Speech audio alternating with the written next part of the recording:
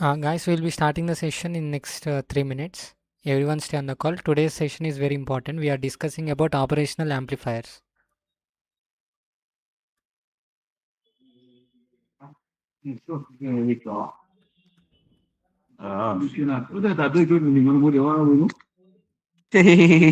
Yes. Idea ino èmi náà ni mo pe idea yẹn lẹ̀. Yes, okay, ni wọ́n á ní sìn rárá dé ní kó Yes, wá jáde. àbí kó lẹ́nu ní bá ṣe kí ni.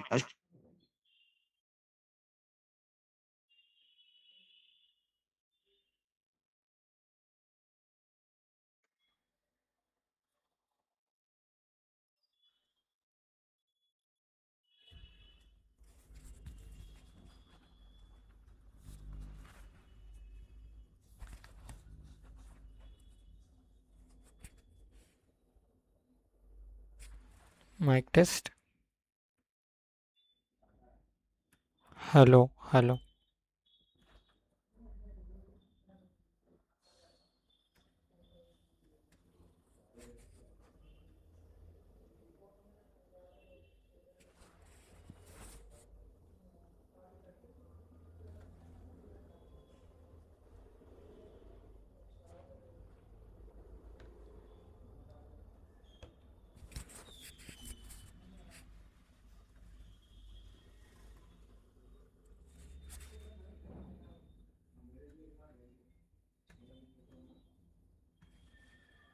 I hope everyone can see my screen, right? Yeah. So today we'll be discussing about some important concept. So we are discussing about operational amplifiers.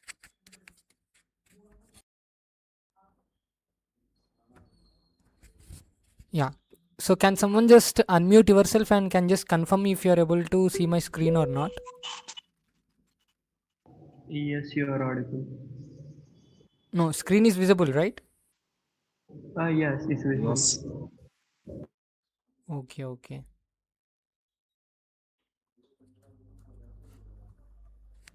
I just don't know whether my screen is being streamed in the YouTube or not.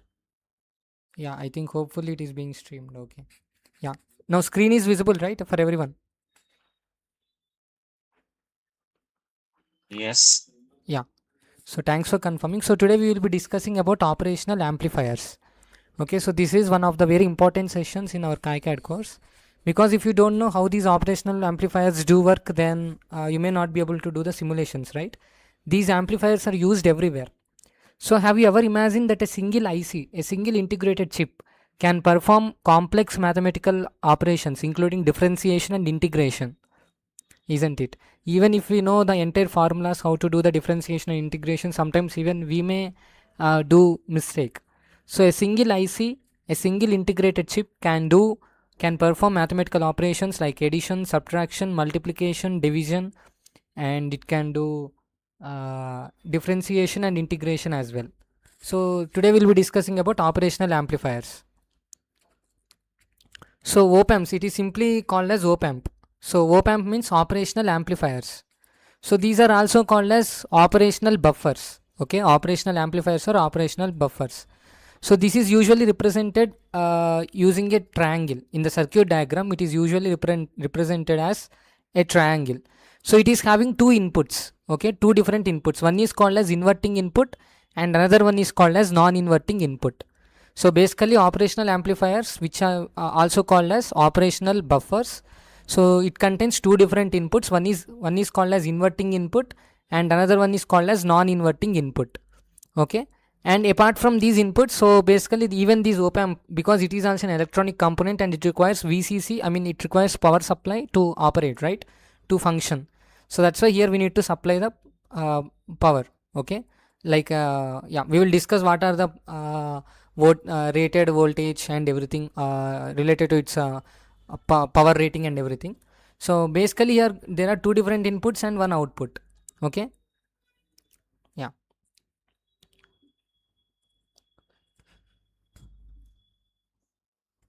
So this is one important formula. So everyone remember. So V out is equal to gain into V plus minus V minus. So what does it mean? So basically here in the operational amplifier you are having two terminals, right? One is represented with the positive plus sign and another one is represented with negative sign. Okay, the one which is represented with the positive sign, okay, positive terminal, which we call it as non-inverting input. Okay, and the negative terminal which is represented with the minus sign is called as the inverting input. So why it is called as inverting input and non-inverting input? So basically if you provide, let's assume that if you provide some signal over here, okay, to the positive terminal, okay, non-inverting input, at the output section if you check the output with we will be having something like CRO, okay, oscilloscope. So if you put the probes at output and if you check the output, so oscilloscopes will be usually having two channels, channel 1 and channel 2. So one channel you can connect it to the input terminal. Okay, it could be, let's say if you are using non-inverting input, so one channel you connect it to the positive terminal and the another channel you connect it to the output terminal. So then oscilloscope will show you the graphical representation of the input and the output waveform.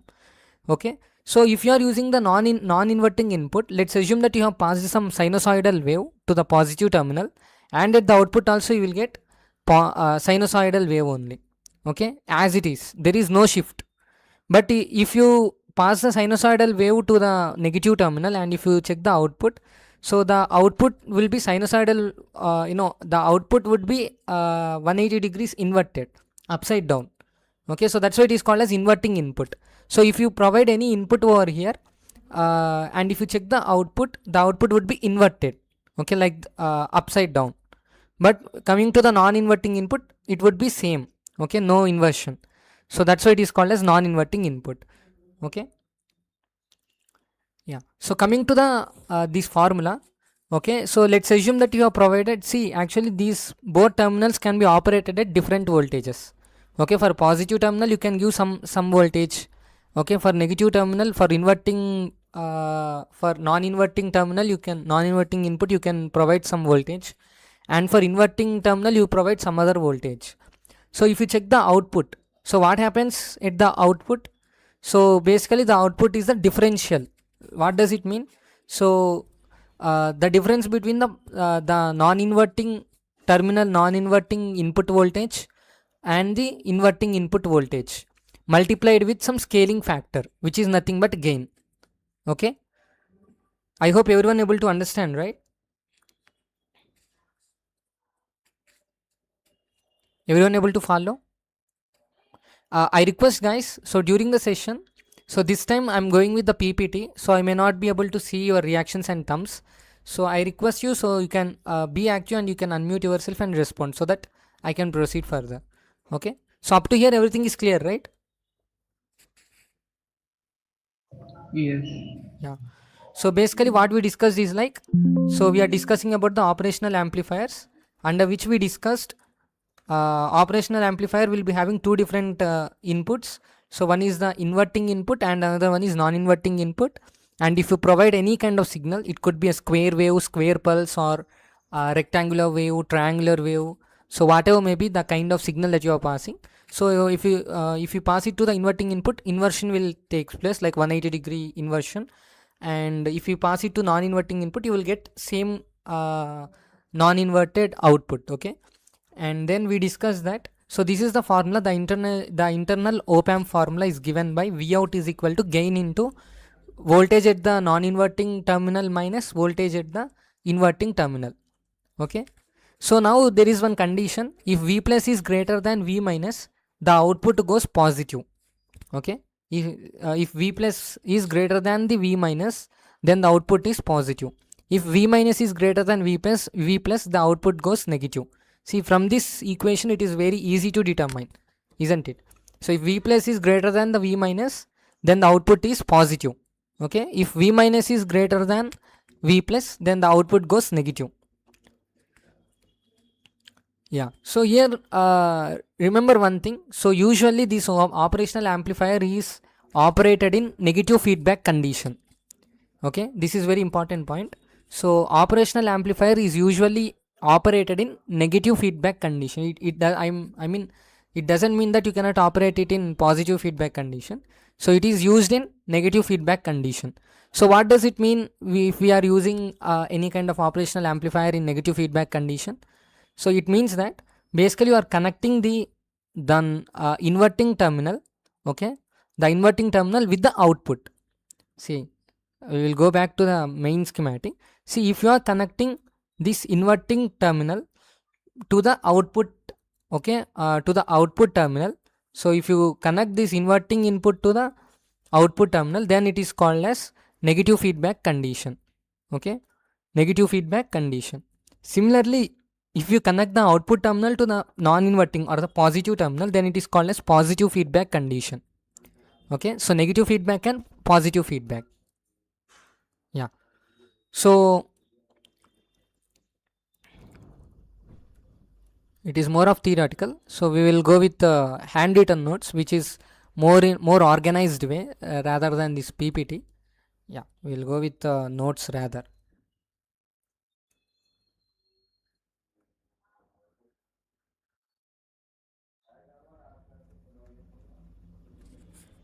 I hope you are able to see my screen, right, everyone? Yes. Hello, you are able to see my screen? Yes, it's visible. Yeah. So now we are discussing about the operational amplifiers, right? So one of the best example for operational amplifier is LM741, LM741. It is one kind of operational amplifier. So this operational amplifier, you can place this component, you can import this symbol from PSpice library, and you can perform the simulations as well. Okay. And next, yeah, so this is the formula that we discussed just a few minutes ago. So where we discussed that V out is equal to gain into V plus minus V minus of V minus, right? So here gain is usually represented with letter A. So not only letter A, you can represent it with B or sometimes A subset V. So yeah, just a representation, but here A represents the gain. Okay. So what does gain mean? Any idea? Okay, we'll discuss later, because if we go very much in detail, then we will deviate from our main curriculum. So as of now, you just remember that the output is, okay, the output is some if A is something like a scaling factor, then the output is directly proportional to the difference between the voltages at non-inverting terminal and the inverting terminal. And if you remove the proportionality constant, if you put something like a scaling factor, it's A. So here the A represents the gain. Okay, A represents the gain. So now here we are having one more condition. So what happens if we short the V plus and V minus? What happens if we short V plus and V minus? What does it mean if we are shorting both V plus and V minus? So basically we are having two terminals, one is V plus and one is, or else one is represented with a plus sign and another one is minus sign, right? So the one which is represented with the plus sign, we call it as the non-inverting terminal, and the one which is represented with the minus sign is the inverting terminal. So if we short both the inverting and non-inverting terminals, and if you provide a common voltage, which is nothing but VCMN, common, okay, if you provide the common voltage, so then what happens? Yes, just see this formula, just substitute. What happens, Sri Krishna? Any idea what happens if we supply a common voltage to both the inverting and non-inverting terminals? Zero.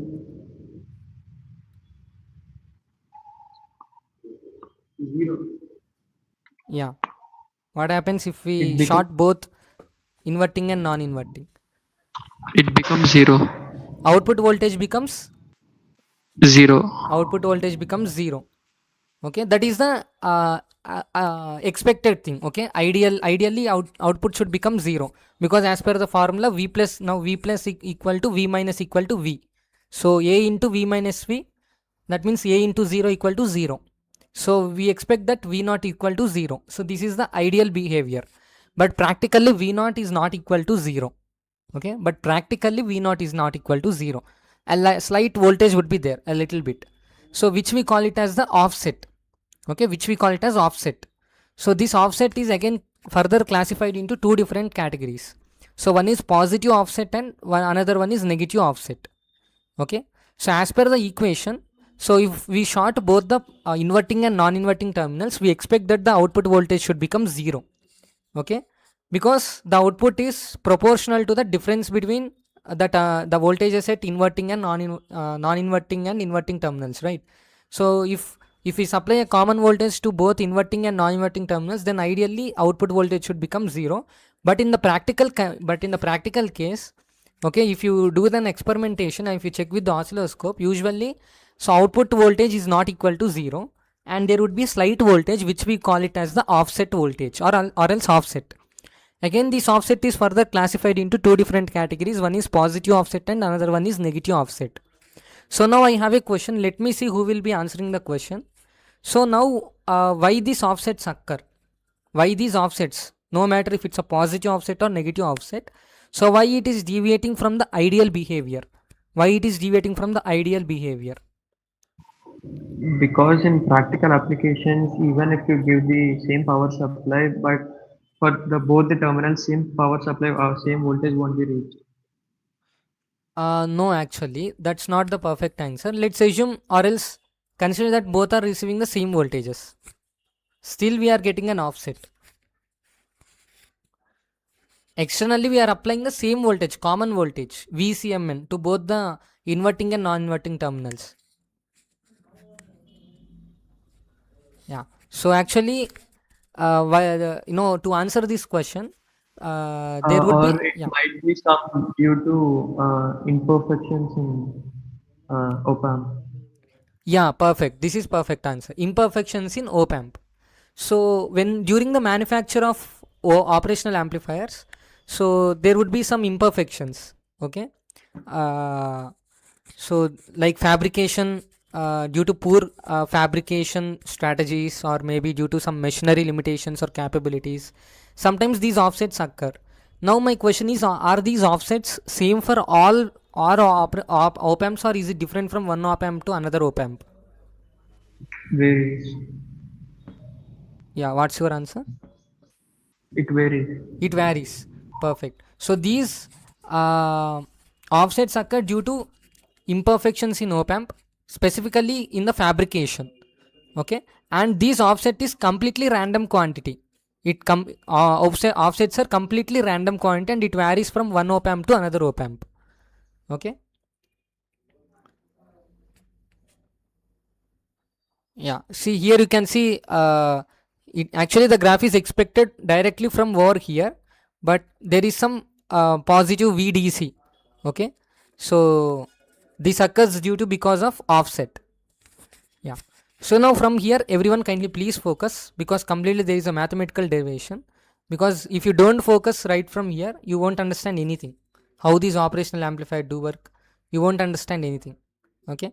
So as of now, it's clear that the output voltage, the formula for output voltage is given by V out is equal to A into V plus minus V minus, where A is the gain or else a scaling factor.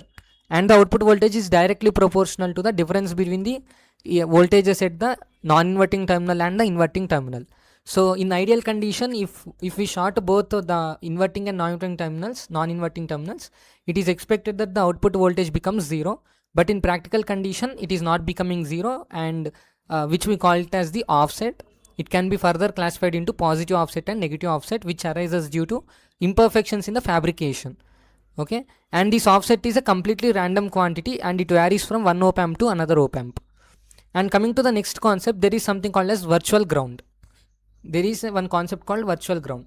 We are not going very much in detail what is this virtual ground and the entire mechanism. We are not going in detail, but as of now, you just assume that we already discussed about the negative feedback condition. So what does it mean if we are talking about, if we are using the term negative feedback condition? If we are connecting the negative terminal, the one which is marked with the minus sign, or else the inverting terminal, with the output voltage. Okay, yeah, here in between we are trying to short the inverting terminal and the output voltage, but in between that we are having a resistor. Okay, so when these both terminals are connected with each other, so this is actually called as negative feedback condition. Okay, let's assume if you are shorting between the positive terminal and the output voltage, then it is the positive feedback condition. Since we are shorting the negative terminal with the output voltage, this is negative feedback condition. Okay, so in the negative feedback condition, whenever we there is something called virtual ground. This concept is used in these operational amplifiers repeatedly. So what actually happens is, so here I have, here one node is formed, right? One junction is formed, right? You are able to see that junction, right, which is marked with X. So at this junction the voltage is 0. Okay, at this junction the voltage is 0. So how it is 0, we are not going in detail how it is 0. As of now you need to understand this concept. This is actually called as virtual ground concept. So if you are more interested how the voltage at this junction becomes 0, then you can explore our there's another course where we will be explaining the operational amplifiers in detail with the simulations. So there are around around hundreds of examples that we can perform with operational amplifier. So you can enroll into that. So there then we will explain how these virtual ground and everything. But as of now you need to understand, whenever you whenever you connect the non-inverting terminal, okay, with the output voltage, the voltage which is formed, the voltage which is present at the junction formed between the formed between the input voltage, the input signal which is provided to the non-inverting terminal, and the connection which is connected with the output voltage. Okay, at this specific junction the voltage becomes 0. So this is called as virtual ground concept. So this happens in the negative feedback condition. In negative feedback condition, here the voltage at X becomes, the voltage at node X becomes 0. Okay, is this clear, everyone? Yes. Yeah. So this is the very primary thing that you need to understand. Okay, voltage at X becomes 0 if it is in negative feedback condition. At this particular junction, voltage becomes 0. So here now we are providing 3 different inputs to the negative terminal. 3 different inputs. Okay, that means 3 different signal. Okay, you assume that 3 different signal you are providing to the negative terminal. Okay, and where this negative terminal is, it is in negative feedback condition. This RF is now part of the negative feedback path. Okay, this is the negative feedback loop or else negative feedback path. Now this RF, okay, is part of that. So here we are providing 3 different signals to the inverting terminal, right? Inverting terminal. So see, whenever we are discussing that we are providing some signal, so it means that we are providing some waveform, which is basically on x-axis it represents time, and on the y-axis it represents the voltage.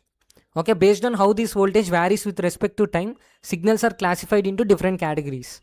Like there are so many categories: sinusoidal wave, or else it could be a triangular wave, rectangular wave, square pulse, seesaw, sawtooth wave. So like that, there are so many different kinds of wave patterns. Okay, wave pulses. So see, here we are providing, let's assume that we are providing 3 different signals. One is V1, V2, V3, 3 different voltages, and from here I1 current passing, and from here I2 current, and from here I3 current. Okay, and we are using 3 different resistors. Okay, so R1, R2, R3 along each and every signal, individual signal pathway. Okay, so now we need to apply about this thing, right? I1 plus I2 plus I3 is equal to IF.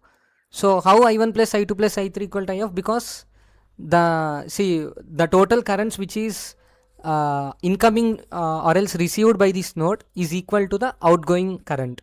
Incoming current is equal to outgoing current. So total 3 different incoming currents, I1 and I2 and I3. All these currents are reaching the node X. Okay, but at node X voltage is 0. Okay, this happens in the negative feedback condition. Okay, and this I1 plus I2 plus I3 is equal to IF, because IF is the only outgoing current which is arising out from the node X. Okay, so sum of the input currents is equal to sum of the outgoing currents. Incoming currents is equal to outgoing currents. So now how to calculate I1, I2, I3? How to calculate I1, I2, I3? So we know from Ohm's law, V is equal to IR. Okay, V is equal to IR. I is equal to V by R. So from this we can calculate current. Okay, yeah. So coming to the I1, V1. See, I already told you that. See, whenever we are saying that I is equal to V by R, here V means we need to take the potential difference. Okay, the potential difference across the resistor. So the current across the R1, current through the R1 would be I1, which is equal to the potential difference across the resistor R1 by its resistance. Okay. So here, what is the potential difference? I already told you potential at x is equal to 0. Okay, Vx is equal to 0. So now across R1, what is the current? V1 minus 0 by R1. Okay.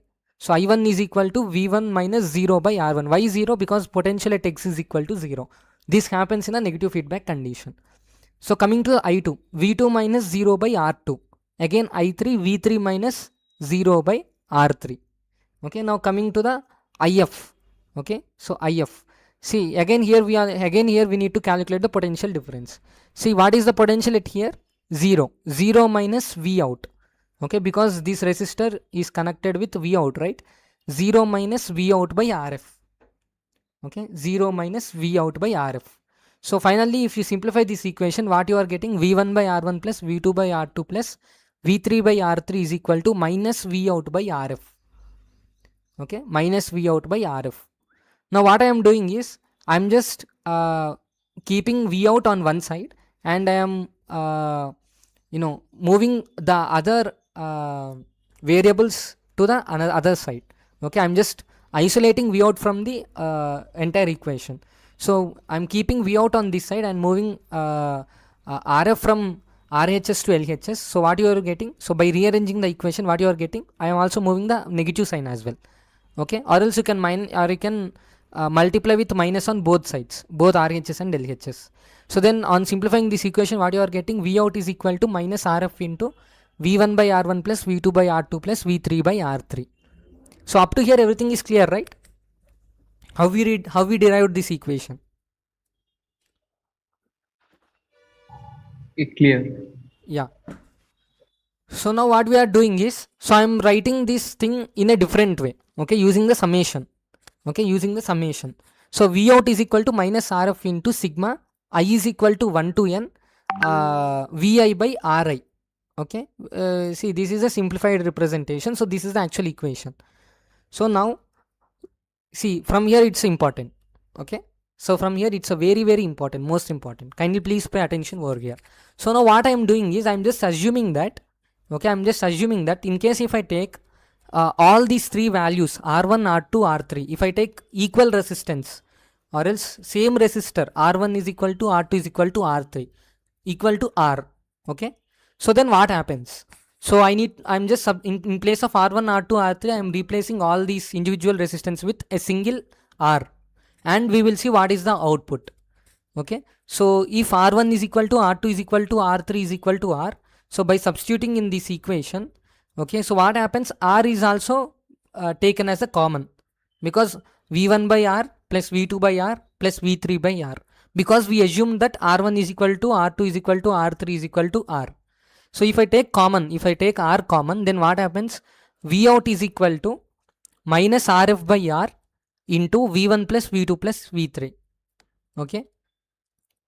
So now again I am taking one more condition. So the first scenario is R1 is equal to R2 is equal to R3, where these R1, R2, R3 are individual resistances across different signal pathways. Okay.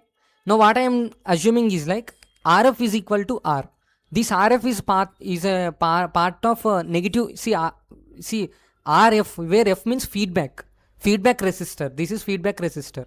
See, I already told you that currently we are operating this operational amplifier in the negative feedback condition. So where RF is the feedback resistance or else feedback resistor. Okay. So now if R1 is equal to R2 is equal to R3 is equal to RF is equal to R. Okay. What happens if RF is also taken same? So now that is very important. Okay. So that means the ratio of RF by R is equal to 1, in other words. So now what happens? If RF and R both are same, both these terminals get cancelled with each other. So finally we are left with what? V out is equal to minus of V1 plus V2 plus V3. Okay. So now I will ask you one question. So what from this output? Okay, we have provided three different inputs, three different signals. The first signal, which is having the amplitude of voltage V1, and the second signal is having the amplitude V2, voltage V2, and the third signal is having the amplitude V3, voltage V3. So three different signals we have provided. and for these three different signals, the resistance, the resistors or else the resistance during along its pathway, we have taken equal resistance, and apart from the equal resistances along the individual parts of the signal, we have also taken the same resistance for the negative feedback resistor also. Okay, then we got the final output V out is equal to minus of V1 plus V2 plus V3. So from this final expression, so what's your observation? Sri Krishna, can you answer? From this output voltage, what's your observation? From the input signals are V1, V2, V3, and finally V out is equal to minus of V1 plus V2 plus V3. So then what's your observation? So basically, the output voltage is total of the input voltages without the op-amp consuming any of the voltage. Yeah.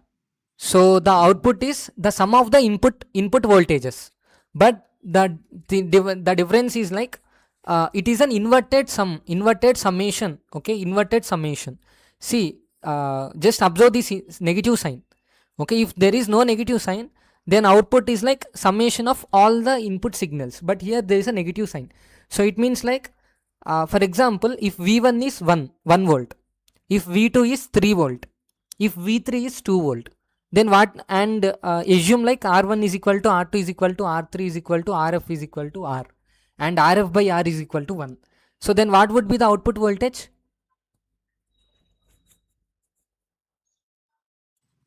Basic question. The voltage? Shall I repeat the voltage values again? Yes. Yeah, V1 is equal to 1 volt, V2 is equal to 3 volt, and V3 is equal to 2 volt. Minus 6 volt. Minus? 6. Yeah, minus 6. Because we are getting an inverted sum. So now from this you understood that how operational amplifier can function as a, see, from this it's very clear that it can perform addition operation. Isn't it? You are providing signals. See, here addition is happening for the voltages. Okay. Addition is happening for the voltages.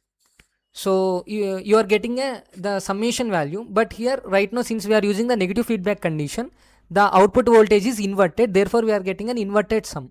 So therefore this particular circuit diagram is called as inverted sum amplifier. Inverted sum amplifier. So operational amplifier, an op-amp can function in different ways, multiple ways. So if I go through everything, then you would be really amazed. It can even do integration as well. We will see in the upcoming slides how it can do integration slides, but I just don't know you will be able to understand the derivation or not, because it's a complicated. I cannot assure you that you will be able to understand the derivation, but however, if time permits, I will try to explain. Yeah, let's see how it goes. So as of now, you need to understand that, so this operational amplifier can perform so many mathematical operations, out of which I have demonstrated you only one particular operation where we are doing addition operation, but the output is inverted sum. Therefore, this is called as inverted sum amplifier. So now op-amp can be used as an inverted sum amplifier. This is the first point. Because if I directly tell you that op-amp can be used as a if op-amp can be used as an inverted sum amplifier, then you will confuse. So what is op-amp? So what is inverted sum? What is sum? How it is performing addition operation? How you are getting an addition? How you are getting a summation value? So you will confuse. You just don't know everything. So basically this is what happens in the traditional colleges. So they will focus on the theory that op-amp can be used as a inverted sum amplifier, but they will miss the derivation, how it is performing the addition. Okay, so this is the mathematical derivation behind that, mathematical analysis. So now we are going into the next condition. Okay, so this is very important. So now, yeah, someone I think are trying to join the meet or else raise the hand. I have a doubt. Yeah. Yes, Sri Krishna. Since keeping the output as a negative one, output voltage as negative, can you give a real life application of this inverting amplifier? What is the application of the negative inverted amplifier? That's what you are asking, right? See, if you use a positive or else non-inverted amplifier, sum amplifier, So directly the output voltage would be 5. Okay, basically you want to do addition of 1, 2 and 3. Number 1, 2 and 3. So simply for the operational amplifier you are passing 3 voltages, 1 volt, 2 volt and 3 volt. Let's assume that you are using non-inverted sum amplifier. Then output would be the sum of the input values. So basically it is able to perform some mathematical operation. Okay, so you are able to perform mathematical operation. Coming to the inverted sum amplifier. So there is a process through which you can convert a negative voltage into a positive voltage. Okay, so by adding some additional op-amp or comparator, we can do that.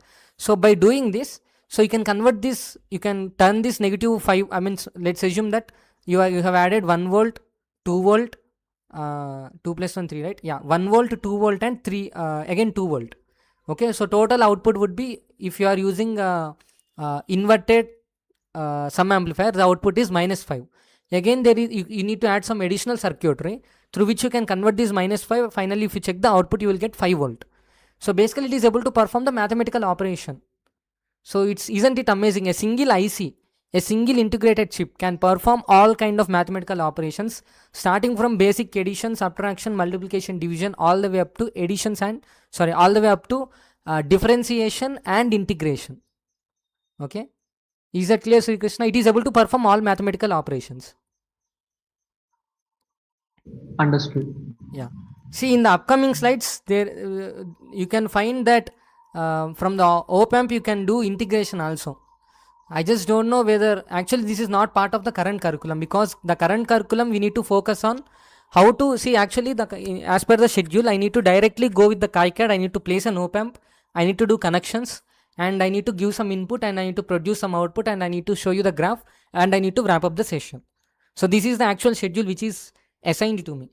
But if I directly do the connections, then you don't understand why this particular negative terminal is connected to the output voltage, because at that time you even don't know the theory behind that. This is actually called as negative feedback condition. So that's why I just don't want to directly go with that. So that's why I'm explaining a brief operation, how things happening behind the operational amplifier. Okay, maybe in the upcoming slides you can see the integration as well. I will show you that.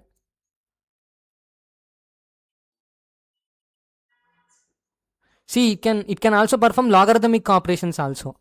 It can also perform some logarithmic operation. So this is the block diagram.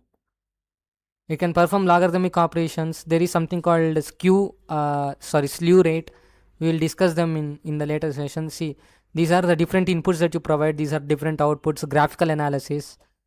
So actually all this is part of a different course where we will be teaching about amplifiers. That is completely a dedicated course. But here, so we just need to give only a brief intro, not even this much in detail. Just I need to show you the symbol. You need to provide this input, you will get this output. That is the current curriculum which you enrolled into. Where is this integration?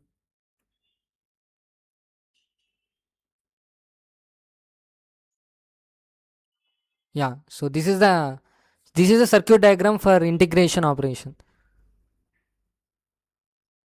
See, you need to derive this equation. Okay, so V out of t is equal to -1 by R into CF, where CF is the forward capacitance. So 1 by R into CF, 1 by R into CF into integral of input voltage, which is a time function, time varied with time, into dt, plus there is an additional.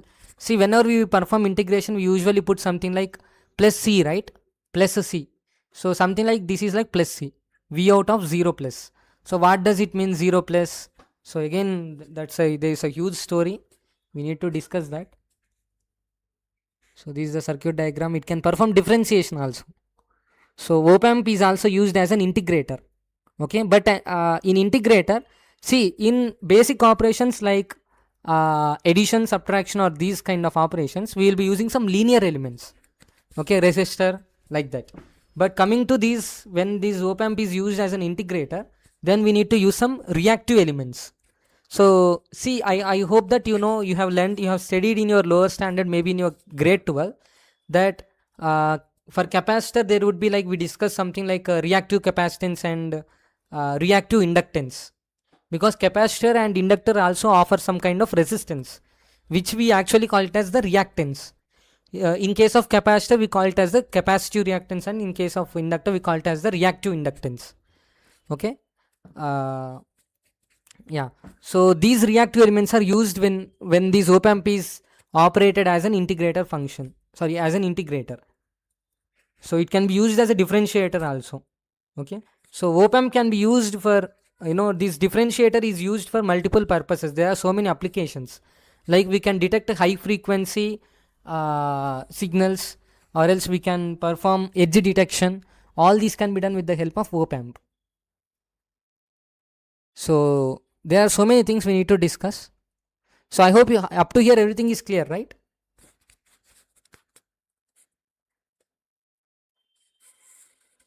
Hello. Yes, clear. Yeah. So coming back to where we stopped. So now again there is one more condition. So suppose assume that RF by R1 is not equal to RF by R2 is not equal to RF by R3. I just don't want to complicate with RF by R1. Simply suppose if RF is not is equal to R1 is not equal to R2 is not equal to R3. Okay. So basically what I'm telling you is like, see, already we derived an expression for that. They can be equal or may not be equal. They may be equal or may not be equal, isn't it? If these are equal, then we derived the expressions. If R1, R2, R3 is equal, this is the expression. If RF is also equal to R, then this is the expression where we are getting the inverted sum. Okay. So this equation can be represented in another form. Okay. Another way of representation of this particular equation. Okay. So I'm just scrolling, I'm just, yeah. See, now compare this equation and this equation. Okay. So what I am doing is, see, I am multiplying this RF with all the terms. Okay. Then what happens? V out is equal to minus of V1 into RF by R1 plus V2 into RF by R2 plus V3 into RF by R3. So here RF by R1 I am taking it as letter A, capital A, and RF by R2 I am taking it as capital B, and RF by R3 I am taking it as capital C. So then what happens? The equation can be transformed into this format, where V out is equal to minus of A into V1 plus B into V2 plus C into V3, where A is equal to RF by R1 plus B RF by R1 comma B is equal to RF by R2 comma C is equal to RF by R3. Is that clear? Basically, if you substitute ABC values in this equation, again you will get this equation only. So this is the another way of representation. Is this clear? Both equations.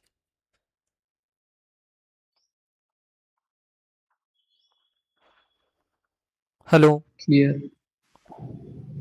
Clear. Sri Krishna, Clear. is this clear? Both equations. Yes, yes. Yes. Yeah. So actually, see, if I directly show you the equation in this format, then you don't understand the importance of what happening behind it. So I transformed it into another format. So this format actually here, the operational amplifier is doing the scaling operation. So what does it mean if it is performing the scaling?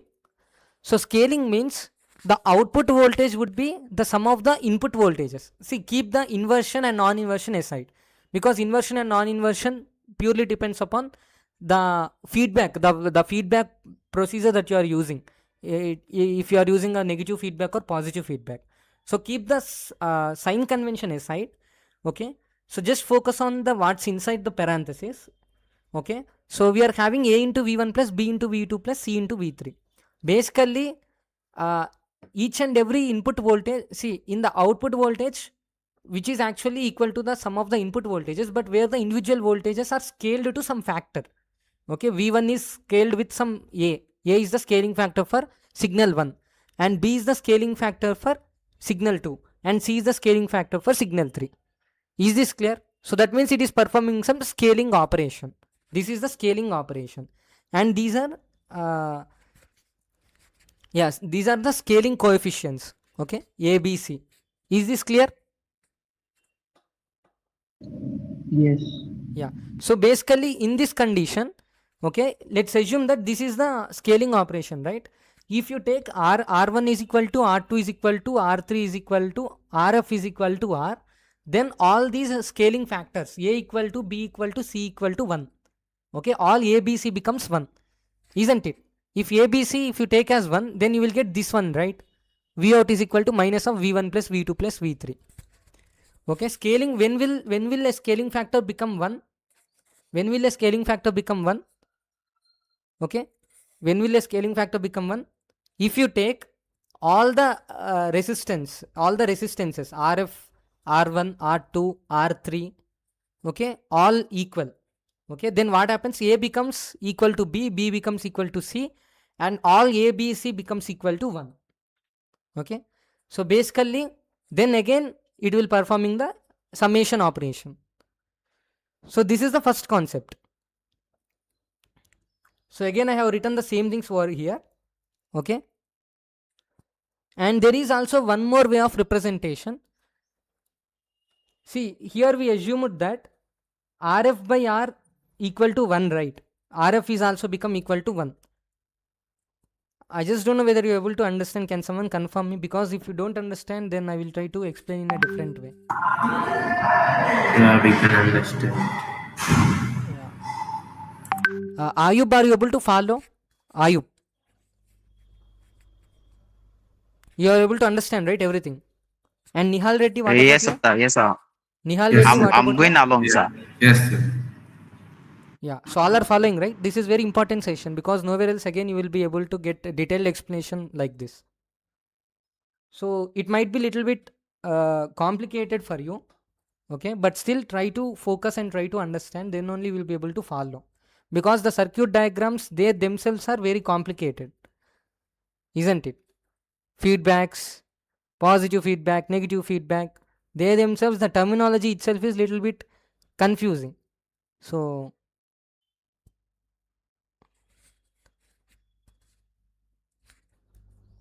give me a second. I think live stream has been interrupted. Let me check in the YouTube studio.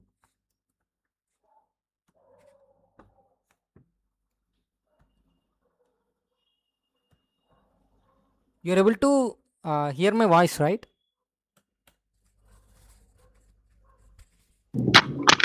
Yes. Okay, then why this YouTube stream has been interrupted in between? It's been 5 minutes since it interrupted. I just don't know whether the previous content has been there in the live or not.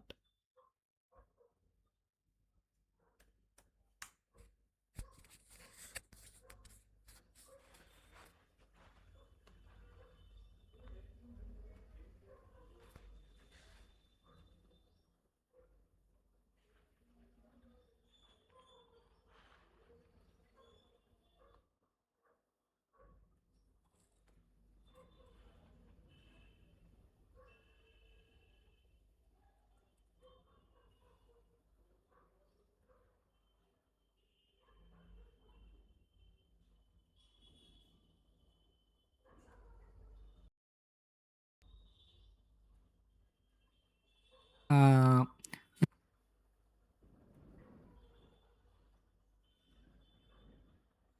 yeah, fine. Fortunately, the stream is going fine right now. Okay, so let's come back to session. Yeah, so try to focus. Okay, everyone, please try to focus because this session is very important. I'm telling you. Yeah, so this is the things that we discussed. The first thing we discussed is like, what is the output voltage, what is the output of an operational amplifier if it is in negative feedback condition and we are providing 3 signals to the inverting terminal, where the individual resistors, okay, I mean individual resistances across the signal pathway, that is R1, R2, R3 are different. Okay, for that we derived the equation. Okay, and then we derived the equation where R1, R2, R3 are equal, but it is not equal to RF. Okay, R1 equal to R2 equal to R3 equal to R, which is not equal to RF. So then we obtained this expression. Okay, and then we assumed like, what happens if R1, R2, R3 equal to RF equal to R, all are equal. For that we derived an expression where we obtained V out is equal to minus of V1 plus V2 plus V3. Okay, So basically it is the inverted sum. Okay, and the circuit diagram is called as the inverted sum amplifier. So why amplifier? Because the output voltage is greater than all the individual voltages, isn't it? Because we are, see, it's a summation operation. Output voltage will definitely obviously be greater than the input voltages. But in case of if inversion is happening, it is negative. If no inversion is happening, it's a positive value. Because negative and positive, it depends upon, also we discussed one main formula, right? That is, if you don't apply any kind of feedback condition, then what's the formula for output voltage? If no feedback is applied, neither the positive feedback nor the negative feedback is applied, then what is the formula for output voltage? We discussed in the slides presentation PPT. Anyone?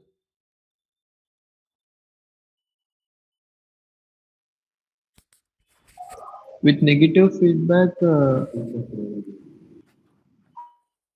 No, I'm just assume that you haven't applied any kind of uh, feedback condition. You are having only two terminals. Okay, one is inverting terminal, non-inverting terminal, and you are having an output. So what is the output if no feedbacks applied? No feedback. See, we discussed in the PPT, right? In the first few slides. V out is equal to gain into V plus minus of V minus, where I represented gain with letter A. Okay, see here no feedback is applied. V out is equal to gain into V plus or else A into V plus minus of V minus. This is the internal op-amp formula. You need to remember this formula. And again here two conditions. If V plus greater than V minus, output goes positive. V minus greater than V plus, the output goes negative. Is this clear, everyone? Yes, sir. Yeah. So coming to the next condition. So see, in case of, we already discussed when the scaling factors ABC become equal and becomes to unity 1. So this happens if you take all resistances equal, R1, R2, R3 and RF. If all are equal to R, then scaling factors A become equal to B become equal to C, and C all ABC become equal to 1, unity. Okay. So in that case, RF by R is also equal to 1, because RF, see, R1, R2, R3 we take an R, right? And RF is also, you are taking it as R. So that means RF by R becomes equal to 1 in the earlier case. So what happens if RF by R, suppose if you assume RF by R is equal to 1 by N. Okay. Okay, if RF by R is equal, see, this is the output voltage formula, right? Where is this?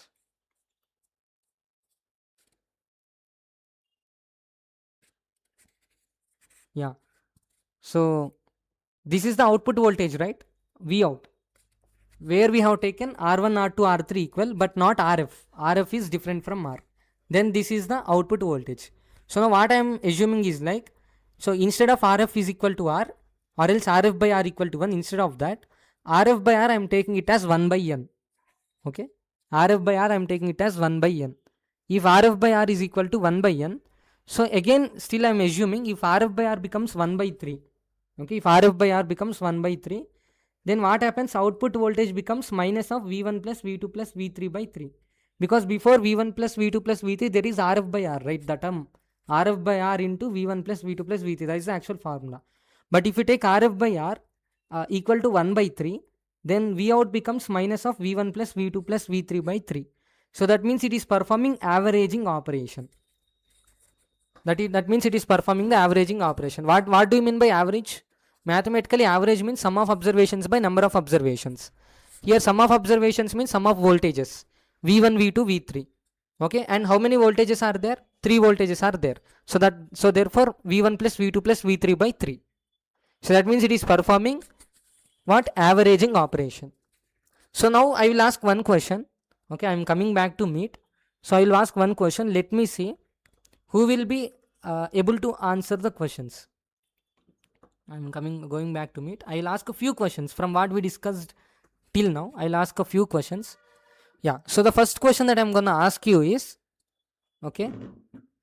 So what are the conditions for summation operation? What are the conditions for summation operation? So kindly don't directly answer. Please raise your hands and I will ask. Okay. What are the conditions for summation operation? If op amp, let's assume if the operational amplifier is used in uh, inverted negative feedback condition or else inverted summation amplifier, then what are the conditions? Yes, Sri Krishna. First, we must have multiple voltage sources, Okay. and we must have the virtual ground. And the third is that we should have feedback resistance in order Okay. So when to will not be to when get we will be having a virtual ground? negative feedback. We have a virtual ground. Okay. Yeah. Next. And when three voltage sources are connected in parallel, after the connecting junction or the node, we place the common virtual ground. Okay. So actually, I'm asking about the condition, like how you choose the resistor. See, based on the values that you choose for resistors or else the components, based on them, the output varies, isn't it? So now my question is, when an operational amplifier, let's assume that what you said is like the scenario, okay, the setup, okay, the experimentation setup. You are having three signals, V1, V2, V3, multiple voltage sources, and then you said we had some virtual ground. Of course, I already told you that we are operating it in the negative feedback condition. Then obviously virtual ground exists. Then my question is, if this operational amplifier, if you want to make it function as a no perform the averaging operation, so what are the conditions, how you need to choose the resistor values, and if you want to perform the same amplifier, if you want to perform summation operation for the same input signals, so then what are the values that you need to, how you need to choose the resistor values. I'm not talking about the exact value like in terms of 1.1 kilo ohm or like that. So the condition. Okay. Yes, Nihal. I think the values must be equal resistance values. Okay. What resistance must be equal? Let's assume that you are providing Right. three signals. Okay. You have V1, When V2, V3, and for V1 R1, and for V2 it's R2, and for V3 it's R3. Okay. that Yeah. R1, R2, R3 must be same. Yeah. And next, what's the next condition? That's the first condition. And next condition, And second one is it should be equal to RF also. R should be equal to. That three resistor value must be equal to RF. Yeah. So The in other ways, we can also feedback say that resistance. RF by R is equal to 1 also, isn't it? Yes. Yeah. So that is the second condition. And what's the third condition? That's it. Two conditions. Okay. So now again, Nihal, you only continue the answer for the second question. So if you want the same op amp to perform the averaging operation instead of summation operation, then what are the conditions?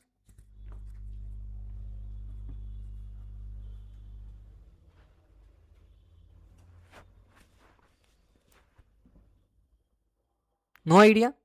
Just respond. If you have no idea, I will repeat. RF is equal to 1 by net resistance. RF is equal to? 1 by 3 times the net resistance. Yeah, RF is equal to, see actually, yeah.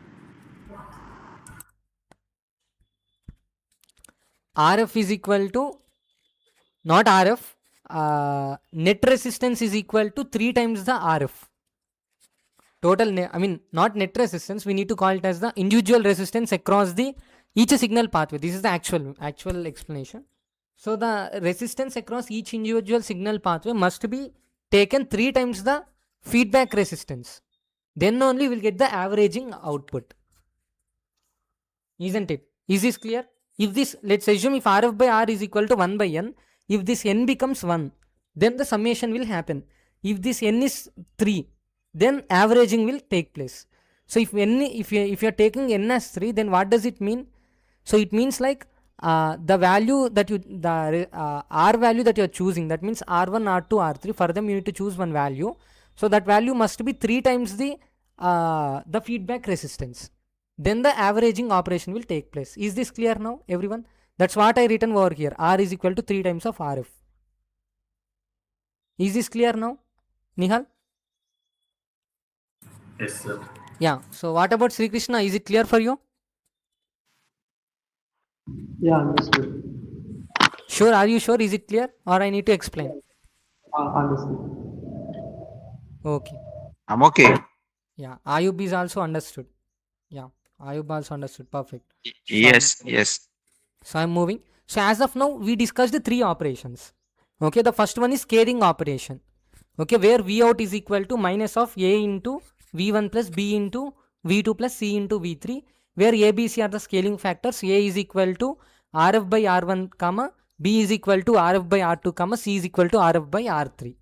Okay. So this is actual main formula, right? V out is equal to minus RF into V1 by R1 plus V2 by R2 plus V3 by R3. So that is another way of representation where it's actually performing a scaling operation. And for the summing operation, the output becomes V out is equal to minus of V1 plus V2 plus V3. This happens if you take all individual resistances across each signal pathway and the feedback resistance. If you take all same, then this happens. Okay, or else if R1 is equal to R2 is equal to R3 is equal to R, and RF by R, if you assume it as 1 by N, where N is, if N is 1, then summation will take place. So during summation conditions, what happens to the scaling factor? Scaling factors become same. Scaling factors, all scaling factors become equal, and they become equal to unity. That means A become equal to B become equal to C, and all A, B, C become equal to 1. So that happens in the summing operation. Okay. And in case of averaging, so you need to take R1, R2, R3 same, okay, that is which is equal to R. But coming to RF, you should not take RF as R, because if you take RF and R both same, then what happens? It becomes summing operation, not averaging operation. So then what you need to choose? So you need to choose R value in such a way that which is 3 times the 3 times of the RF value. That means 3 times the feedback resistance. Okay. So based on these, if you remember these conditions, then you will be able to understand how the scaling, summing and averaging operations took place. So this is the mathematical aspect, mathematical derivation. So now you understood that operational amplifier can do scaling operation, can do summing operation, can do averaging operation. Isn't it? You are providing 3 input voltages V1, V2, V3, you are getting the average value.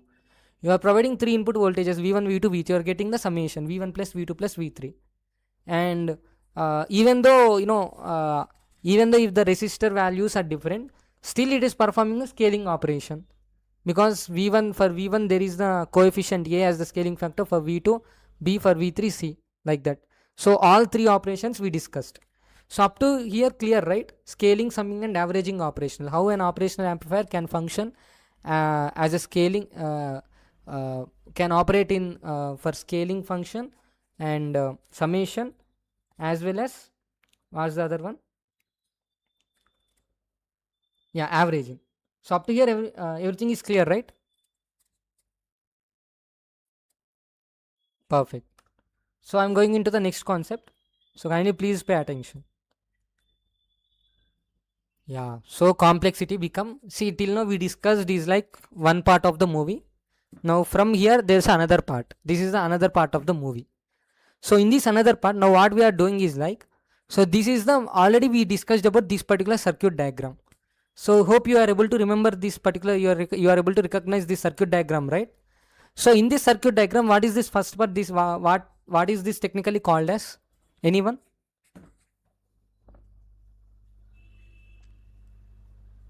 Inverting summing amplifier. Yeah, inverting summation amplifier. So now for this inverting summation amplifier, the output we obtain from the inverting summation amplifier, we are again passing it to one more setup. So basically what this setup, what this sub-circuit do is like, it converts the negative voltage into the positive voltage. Okay, it converts the negative voltage into positive voltage. So let's assume if V out is equal to -5, or else if you take this V out 1, okay, and the voltage which is obtained from this particular node, if you take it as the V out, this is V out, or else V out bar, V out dash. So this is V out. So now if V out dash is -5, then V out becomes 5. Okay, so this part is doing inversion. This part is doing inversion. So we discussed about scaling, summing and averaging operation. So now we are discussing about inversion. So the condition for the inversion is like, so this R, and see this is the RF, right? So can someone just tell me, are we having any feedback in this sub circuit, in the inversion circuit or not?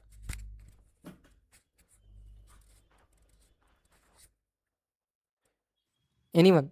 Negative feedback. Yeah, negative feedback, because the negative terminal is connected to the output voltage of this op amp, right? So now here, so this is also one kind of signal, right? Isn't it? Because you are passing V out as the input signal. See, for the first op amp, this is the output. Okay, the output of the first operational amplifier is now becoming the input signal for the second operational amplifier. Is this point clear? Everyone, say yes or no. Yeah, it's clear. Yeah. So now, see, we are passing, see, just assume that you are having only one signal, okay, for the second operational amplifier. So for that, the input signal is V out, or else V out dash, right? We told that this is V out dash. So now that V out dash, for that the resistance is like R, okay? And here this is the feedback resistance. Now feedback resistance and this resistance you are taking same. So when you take both same, then only inversion happens. So can we prove this mathematically also? Because I'm just giving a statement that if you take the resistance of the input signal and the resistance and the feedback resistance both same, then op amp can be used as an inverter.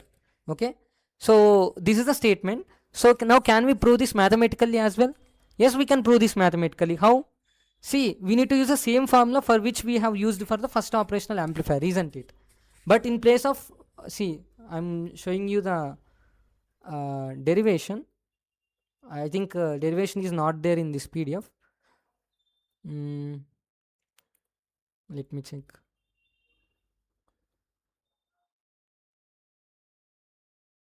Acha, this is for non-inverting amplifier. Till now we discussed about inverting amplifier, right? So from here it's for non-inverting amplifier. See, now do one thing. So this is the main equation, right? Where is it?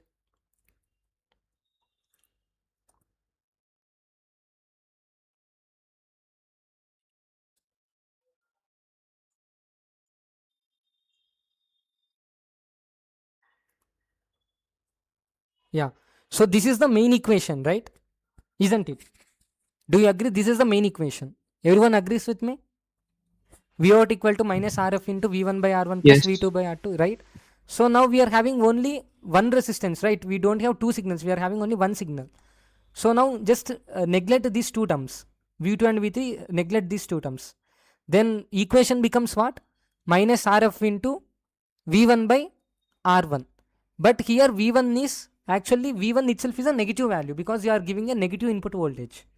So negative of negative becomes what? Positive. Isn't it? Negative of negative becomes what? Positive. See, V1 here, V1 you take minus or else, see, in place of V1 you take V dash of V out dash. But V out dash is actually a negative value. For example, you are providing, for example, the output voltage which we obtained from the negative summation amplifier, sorry, inverted sum amplifier is minus 5 volt. So in place of V1 substitute minus 5. So minus of minus it becomes positive. So now what is the final value becomes 5 RF by R. 5 RF by R. Why R? Why I am not telling R1? Because in the circuit I represented here R only. I have taken R only. Okay. So now becomes, what does it become? 5 RF by R. Now what I am telling you is RF also you take R only. Then what happens? 5 into R by R. R get cancelled, you will get 5. Is it a positive voltage or negative voltage? Positive. Now you agree that op amp can perform the inversion operation also? Everyone? Yes. Yeah. So till now we discussed how many operations? The first one is a scaling operation, and the second one is a summing operation, third one is the averaging operation, and the fourth one is inversion operation. Okay, so So in scaling, what happens? V out is equal to minus of A into V1 plus B into V2 plus C into V3. You know about ABC values. A is equal to RF by R1, B is equal to RF by R2, C is equal to RF by R3. In case of summing, the conditions are R1 is equal to R2 is equal to R3 is equal to R, and if you assume RF by R is equal to 1 by N, where N you need to take it as 1. That means RF is also equal to R. Okay, then in this condition what happens? A become equal to B, B become equal to C, and all ABC become equal to 1. And in case of averaging operation, what you need to do? RF by R, if you assume it as 1 by N, N you need to take it as 3. That means R is equal to 3 times of RF. Then averaging will happen. Now coming to the inversion. So what you need to do? You need to take R1 is equal to, because you are applying only one resistor here, right? Only one input signal. So R1 is equal to RF is equal to R. R1 is equal to RF is equal to R. And this must be taken in the negative feedback condition. So then the input voltage is inverted. Okay.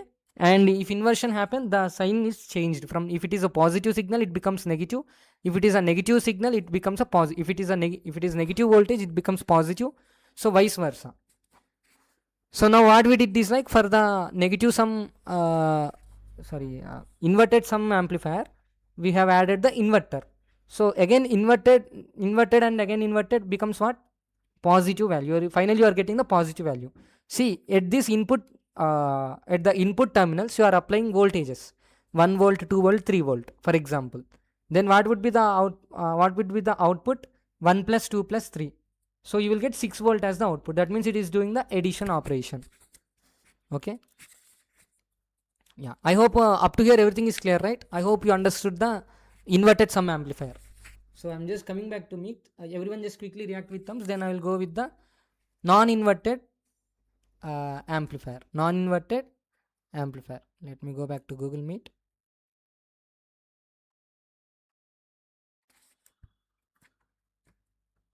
Yeah.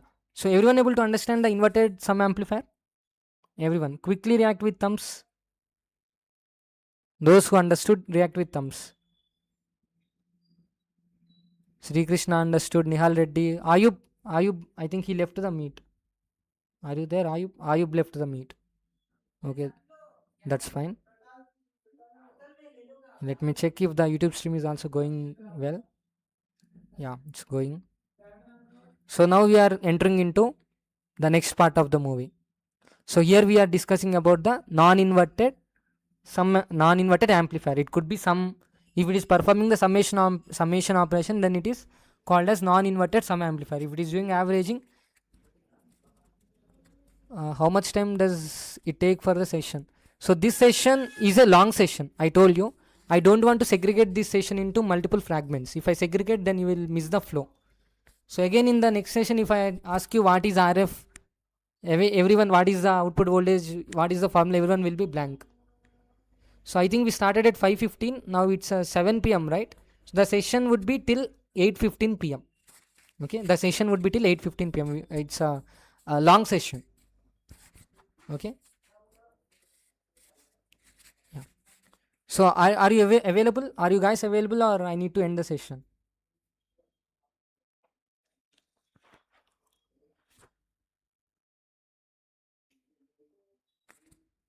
Till 7:30.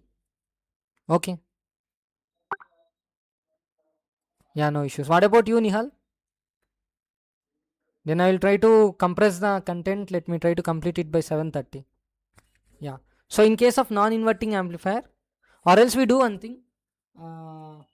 Because non-inverting amplifier, it is I need to segregate, like I need to explain from very scratch, like I need to derive the equations V out. I need to derive these equations. So much of mathematical calculation. So much of mathematical calculations are there, and then again so much of thing is there. So then again we need to discuss about differentiator, we need to discuss the integrator. Okay, we will do one thing. Instead of mathematical derivation right now, that we will discuss in maybe in some other session. First I need to take the permit from the admin team if I share the further content or not. because this is restricted actually. It is part of some other course, but I'm telling you only because whenever you make any circuit diagram related to the op-amps in KiCAD, at least you will recognize, okay, what's going on, whether the mentor is using the positive feedback, negative feedback. At least you will try to have an analogy, right? So that's why I explain.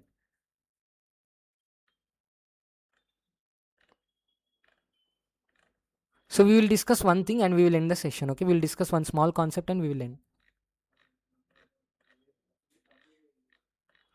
So now we will discuss about yeah. So do you know that operational amplifier initially made up of vacuum tubes? I hope you are able to see my screen, right? Can someone just say yes? Yes. Yeah. So initially, actually, Yes. operational amplifiers, they are made up of vacuum tubes. Okay, it is not as small as that we are having it right now. Right now, it is very small in size, right? A small chip. As I have already shown you in the PPT, maybe in the first slide itself, I have placed an image. See, very small. But in olden days, it is made up of vacuum tubes. To be more specific, 3 vacuum tubes are used. Okay. Out of these 3 vacuum tubes, 2 vacuum tubes are for differential input stage, and 1 vacuum tube is for output stage. Okay. So just remember that in olden days, vacuum tubes are made with, operational amps, op amps are made with vacuum tubes. Okay, and these, the entire size of the op amp, which is equal to your shoe box size. See, whenever you buy a shoes, you will get a box with it, right? A box. So that op amp is of that much of size, shoe box size. But by that time, these much of complex mathematical calculations like differentiation, integration do not exist. See, as time passed by, different people did researches and they added different functionalities. Finally, it became what we are using, LM741 or some other amplifiers that we are using right now. So in between that, so much of things happened. Initially, it is a vacuum tube. It can perform very basic fundamental mathematical calculations. It is made up of vacuum tubes, which is having the size of your shoebox. So what actually happens is, like, for this we need to go back to something like yeah. So the first operational amplifier is made with vacuum tubes, and all this happened at Columbia University. Okay, this happened at Columbia University, and there is one scientist named with John R. Ragazzini. He is actually regarded as the father of op amps. Okay, and he was born on 1912 and he died on 1988. He is regarded as the father of op amps. Okay, so in 1941, all this happened at Columbia University. First op amp with vacuum tubes has been discovered. And then what happened in 1947? In 1947, see, if you remember, this time period is related to the World War II, right? I don't know whether you remember or not. So I'll tell you that as well. So in 1947, Bell Labs. So what they did is, like, they simplified this op amp, but in 1947 they used discrete transistors. Instead of vacuum tubes, they replaced the vacuum tubes with discrete transistors. Okay. And again in 1963, there is one company called Fairchild. So this Fairchild company introduced one of the first few successful operational amplifier, which is 702.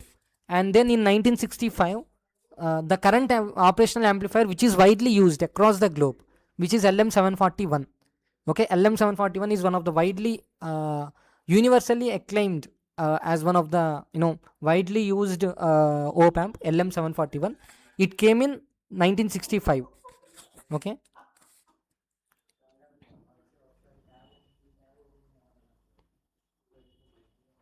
Yeah. So now coming to this person, this scientist Ragazzini, he actually he is dean of engineering at some college. Okay, and then I think for Columbia University, he is the chair of electrical engineering department or electronic engineering department. He is the chairperson, and he also served as the dean of the engineering engineering department, maybe at New York University, I think so. NYU, yeah, New York University.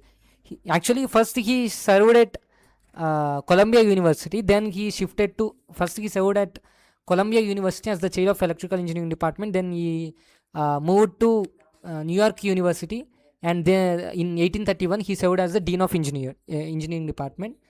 So see, actually coming to Ragazzini, he's the first person to build the first electronic analog computer for World War II. Are you following, everyone? Hello.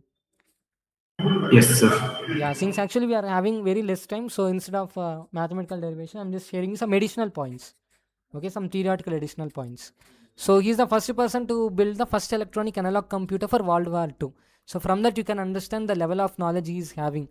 So how much of knowledge he is having to build the first operational amplifier with vacuum tube, which happened at the Columbia University. Isn't it so interesting? So see how technology is changing. Right now, with the help of operational amplifier, we are able to perform integration, differentiation, so much of we can do something like a precision rectifier. We can use an operational amplifier as a precision rectifier. We can use it as so many things, edge detection and high frequency detection. So many things an op amp can be used for. Yeah. So this LM741 contains 20 transistors inside. Okay. So LM741 is an op amp which contains 20 transistors on one chip. And see, you have studied in your lower sessions that a transistor can be NPN transistor or PNP. So if you just ask me a question, so whether they are NPN transistors or PNP transistors, so both NPN and PNP transistors are present in the LM741, but mostly NPN transistor are present in higher quantity. Okay, they are widely used because they respond very fastly. And coming to PNP, they are using current mirrors and some other sub-circuit mechanisms. So mostly around 14 to 16, I don't know exact number of transistors because it is not publicly disclosed in the data sheet, but around 14 to 16 transistors are used for used are NPN and 4 to 6 are PNP. Okay, so total around 20 transistors are used in LM741. So coming to coming to a classical operational amplifier, there are 3 different stages. Okay, in 3 different stages an op amp can be operated. The first stage is input stage. Input stage differential input stage. And the second stage is gain stage. And the third one is the output stage. So that's what we discussed. V out is equal to gain into V plus minus of V minus. Okay. So in the input stage, you are applying some input and the op amp is calculating the difference between this is the differential amplifier. That means it is calculating the difference between the voltages at non-inverting terminal and the inverting terminal, V plus minus V minus. And for that it is adding some scalar value. It is scaling that value, gain like A into where that A is the gain. Okay. And the third stage is the output. Finally, you are getting the output. So there are 3 stages of operation in a classical op amp. The first one is the input stage where differential amplification takes place, and the second one is the gain stage. Okay, and that means voltage amplification, and the third one is the output stage. So total there are 3 stages. So up to here everything is clear, everyone? Sri Krishna, are you able to follow or are you in hurry? No, I'm understanding. Yeah. So shall we discuss one more concept or shall I end over here? There is one small concept also, slew rate. Yes, you can. Yeah. So there is one concept in op amp which is called as slew rate. So what does slew rate mean? So slew rate indicates that how fast an op amp is responding. See, whenever you give an input, you are getting an output, right? So between this input and output, sometimes there may be something like a delay. Okay. So if op amp responds very quickly, see, this slew rate indicates how fast an op amp is responding. How fast an op amp is responding, whether the op amp is feeling lethargy or is it responding very immediately. So how fast it is responding, to the provided input signal. So it is indicated with one parameter, important parameter called slew rate. Okay. So for example, see, actually for this we need to do some graphical analysis also. So just a few graphical representation. So for example, if you provide some input, different kinds of input. For example, if you provide a square pulse, okay, effect of slew rate on pulse signal. So if you provide a square pulse, then what happens to the output? Okay, and if you provide a sinusoidal wave, then what happens to the output? I think that is also there. Maybe I have I have not drawn the sinusoidal signal, but this is the calculation for the sinusoidal signal. So if you use a pulse wave, I mean square pulse, how this slew rate affects the output wave if the input wave is a sinusoidal signal, and how this slew rate affects the output signal if the input signal is a pulse wave, a square pulse. Okay. So to know, see, if you want to determine the output, see, theoretical and practical, it is always little bit deviating. Okay. But they are mostly closer with each other. A few parameters may be due to some fabrication defects, imperfections, and offsets, positive and negative offsets, slew rate. Sometimes the output may not be the theoretical expectation. Okay. So slew rate is one of the important, just like the offset, like positive and negative offset. Slew rate is also one of the essential parameter. So gain, slew rate, and the offset, all these are important parameters. There are different parameters. We are not going to all the parameters. Okay, rejection ratio, there are so many parameters. We are going with the basic thing. Okay. So I told you that there is something like a slew rate. As of now, you need to understand the slew rate indicates how fast or slow an op amp is responding to the input signal. So various op amps will be having various different models will be having different slew rates. For LM741 it is 0.5 volt per microsecond. See, units is volt per microsecond for slew rate. For LF411 it is 15 volt per microsecond. For LM318 it is 70 volt per microsecond. For LM6364 it is 300 volt per microsecond. For L31363 it is 1000 volt per microsecond. Where LT means linear technology. It is one kind of a company using that prefix LT. Okay. So for different, even in LM prefix op amps, LM741 is having 0.5 volt per microsecond, and LM318 70 volt per microsecond, LM363 6364 is having 300 volt per microsecond, and LT, coming to linear technology, L31363 is having 1000 volt per microsecond. So these are the slew rates for different op amps. So it is very important to know whenever you are working on any kind of op amps. Okay, for example, if you are using LM741, then you need to know the slew rate. You need to know the slew rate of that particular op amp. So where can you find this slew rate? In the particular data sheet or manufacturer sheet provided by the manufacturer. Then you can find the slew rate also. So why you need to know the slew rate? Because this slew rate modifies the input signal. I will show you.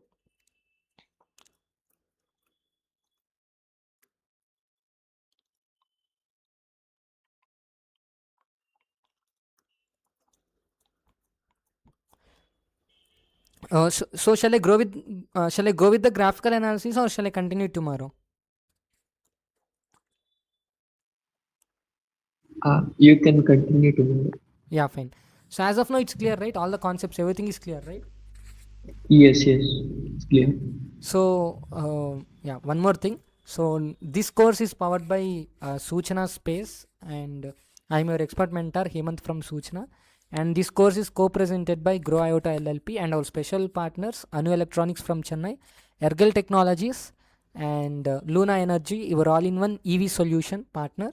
So thank you for joining today's session. I hope today's session is very informative than usual session.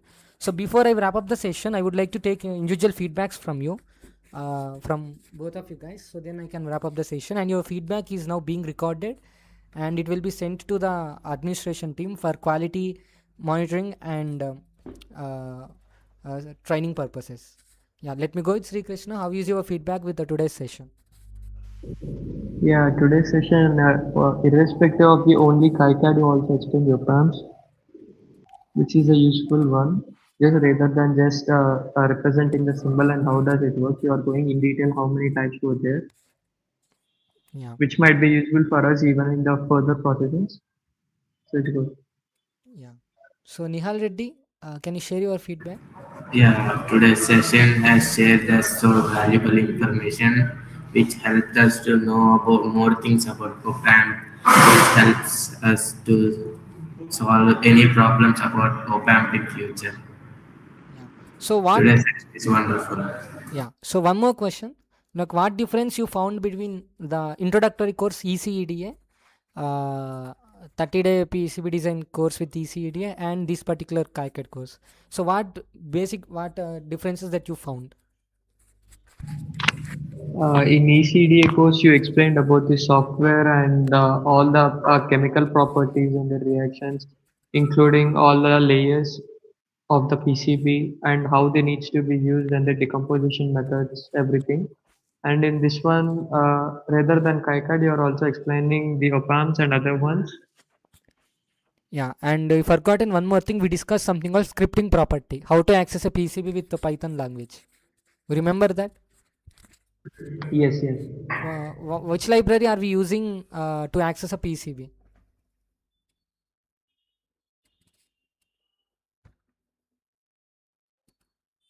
In Python, like which library are we? PCB new.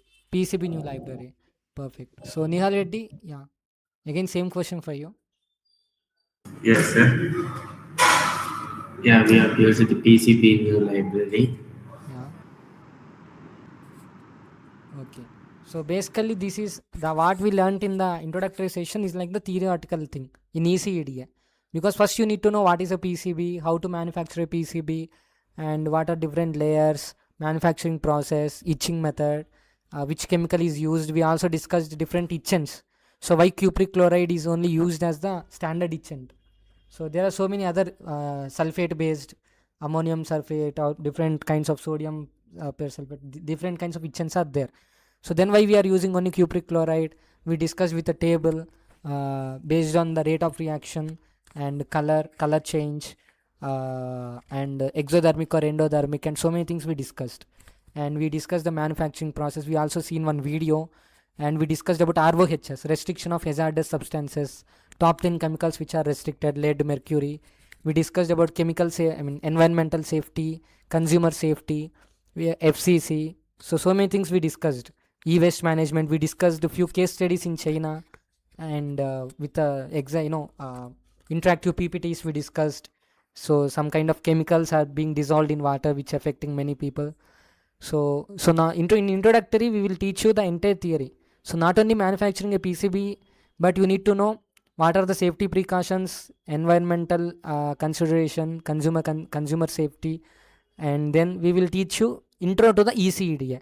So after half of the course we started teaching you the basic user interface of ECEDA, and then in the KiCAD we are telling you, revealing you one by thing like operational amplifiers, not only op amps. In the last session we discussed, yeah, I think you forgotten during sharing your feedback that we discussed 20 notch filter. You remember that 20 notch filter? Yes, yes. You Yeah, also where made the there are graph. two T structures. One is high pass filter and another one is low pass filter. Both these high pass and low pass filter are connected in parallel with each other, and the output is taken from the junction of both high pass filter output and low pass filter output. And then we also seen the CRC and graphical representation. Then a notch will occur in the graph. So we discussed the notch filter, and we have not yet performed the simulation for that. And then we discussed the op amps. Okay, how it is doing scaling, summing, averaging, and what's the other thing? Inversion. Okay, and we are left with the inverting sum, yeah, non-inverting sum amplifier. Again, in non-inverting amplifier, we need to discuss summation, averaging, and then what's the other thing? Summation, averaging, scaling. Summation, scaling, and averaging. And then we need to discuss how we need to do how op amp can be used as an integrator, how it performs integration, and how it performs differentiation. So that completes complete thing about op amps. Okay, if you are still more interested to learn more about op amps, we request you there's one more course. So which is happening already. The course will be announced, maybe one or two batches already completed. So and maybe we are announcing the next batch maybe very soon. But the price would be little bit higher. Rather than the 1,000 rupees, it would be like something like around 2.5k, because the content that we are trying to deliver in that would be extremely sophisticated. Okay, what I just told you right now is just like one part of the movie. So actually in this current course we are not discussing how it is used as an integrator and how it is used as a differentiator. Okay, even in the uh, uh, non-inverted amplifier we will be discussing only one condition, summation only.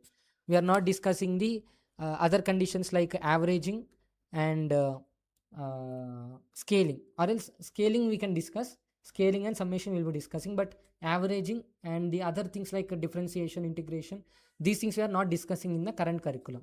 However, our primary target in the current curriculum is to make a PCB. I have already shown you, I have sent some couple of images in the WhatsApp group yesterday.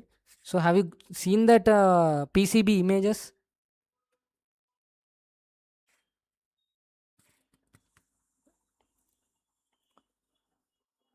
See, in the last session we discussed about 20 notch filter, right? For that, actually, I have sent you some PCBs. PCB. Yes, we saw. Yeah. Let me just show you so that it can be recorded in the meet as well. I think it is in the KiCAD group, right? Yes.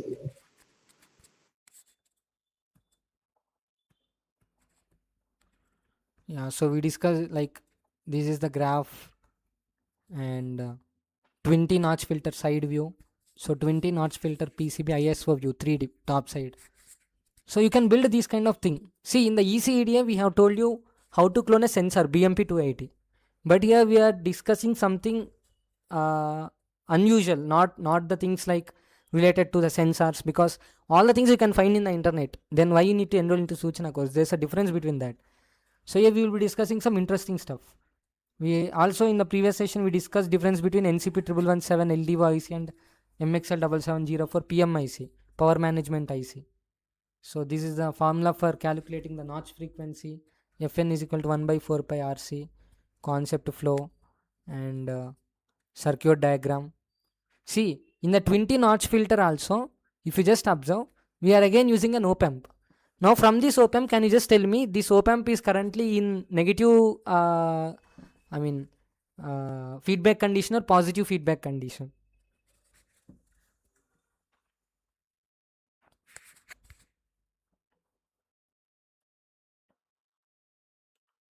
Hello?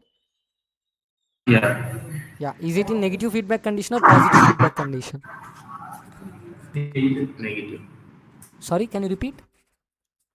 Negative feedback Yeah, condition. perfect. It is a negative feedback condition. See, after completing today's session, then you came to an understanding that it is negative feedback condition. Yeah, so we discussed about the SPICE simulation program with IC emphasis, LT SPICE, H SPICE, P SPICE, and three main components in SPICE library: passive components, active components, subcircuits. Examples: op amps, power filters, LM741 op amp. Right, all these things we discussed. This is the graph, expected output graph. So all these things we discussed. So I hope the current course is very informative. And again, I would like to inform you that again for the certification also there would be price for this course. Okay, for all PCB designing courses, for certification there would be price. Other than the PCB design course, for C programming or else for other courses, there would be no certification fee. And for this course, certification fee would be there. And the price for certification would also be little bit higher than the ECEDA, because this is an advanced course where we will be teaching you some advanced concepts. And the exact price will be is under the discretionary power of the examination branch and certification and licensing branch. And they will, our admin team, or else you will receive a message in the WhatsApp group from the admin team. They will update you the prices and how to proceed further and the steps, everything. You can follow the instructions as provided by the admin team and follow the additional content provided by me. And yeah, so I'm wrapping up the today's session, and I hope today's session is very informative. And by the way, this is Hemant, your expert mentor from Suchana. And thank you for joining today's session. Signing off. Bye. Take care. See you in the next session. And don't miss the next session where we'll be discussing even more advanced concepts than today's session. So stay tuned for more updates. Be healthy, and stay safe, stay healthy. Till then, signing off. Bye. Take care. Goodbye. This is Hemant. Yeah. Thank you for joining Suchana Space Expo course. Have a nice day.